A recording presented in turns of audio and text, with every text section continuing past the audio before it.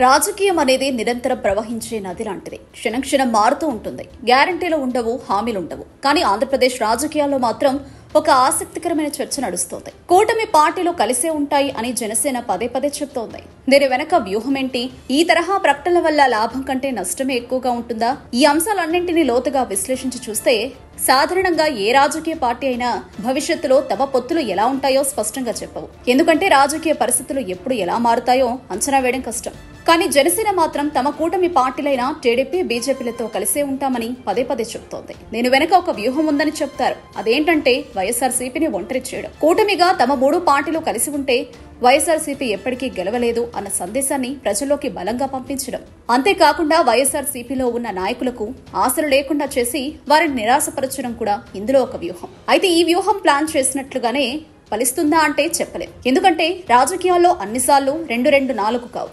కూటమిగా గెలిస్తే ఆ ఘనత మొత్తం కూటమికి వెళుతుంది. కానీ ప్రభుత్వ పనితీరు బాగోకపోతే వ్యతిరేకత కూడా మొత్తం కూటమికి వెళుతుంది. అప్పుడు ప్రజలు ప్రతిపక్షమైన వైఎస్ఆర్సీపీని ఎంచుకునే అవకాశం ఉంటుంది. అంతేకాకుండా జనసేన పదే పదే ఇలాంటి ప్రకటనలు చేయడం వల్ల రాష్ట్ర రాజకీయాల్లో ఒక స్పష్టమైన విభజన ఏర్పడుతుంది.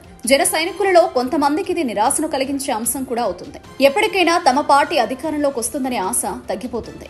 అలాగే జనసేనలోకి కొత్తగా వచ్చే వారికి తలుపులు మూసేసినట్లవుతుంది. కూటమిలో అంతా కలిసి ఉన్నా కూడా ఒక ఒరలో చాలా కత్తులు ఉన్నాయని విశ్లేషకులు చెబుతున్నారు. లోపల చాలా మంది నాయకులకు ఊపిరాడడం లేదని, అవకాశాల కోసం ఎదురు చూస్తున్నారని అంటున్నారు. ఒక్క ఛాన్స్ అంటే సర్దుకోవచ్చు, కానీ శాశ్వతంగా ఈ బంధం అంటే ప్రతి నాయకుడికి తమ భవిష్యత్తుపై లెక్కలుంటాయి. పదే పదే ఈ కూటమి బంధం శాశ్వతమని చెప్పడం వల్ల తమకు దారులు మోసుకుపోయాయని భావించే వారికి ప్రత్యామ్నాయ మార్గాలను అన్వేషించేందుకు అవకాశం ఇచ్చినట్లవుతుంది. కూటమిలో ఉన్న మిగిలిన 2 పార్టీలైన టీడీపీ, బీజేపీ ఈ విషయంలో అంతగా స్పందించడం లేదు. కేవలం జనసేన మాత్రమే బలంగా చెబుతోంది.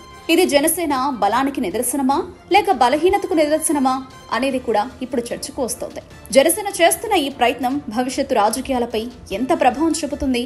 ఈ వ్యూహం ఫలిస్తుందా లేదా అనేది కాలమే నిర్ణయించాలి. ఏదేమైనా ఆంధ్రప్రదేశ్ రాజకీయాలు మాత్రం ఎప్పుడూ ఆసక్తికరంగానే ఉంటాయని చెప్పక తప్పదు.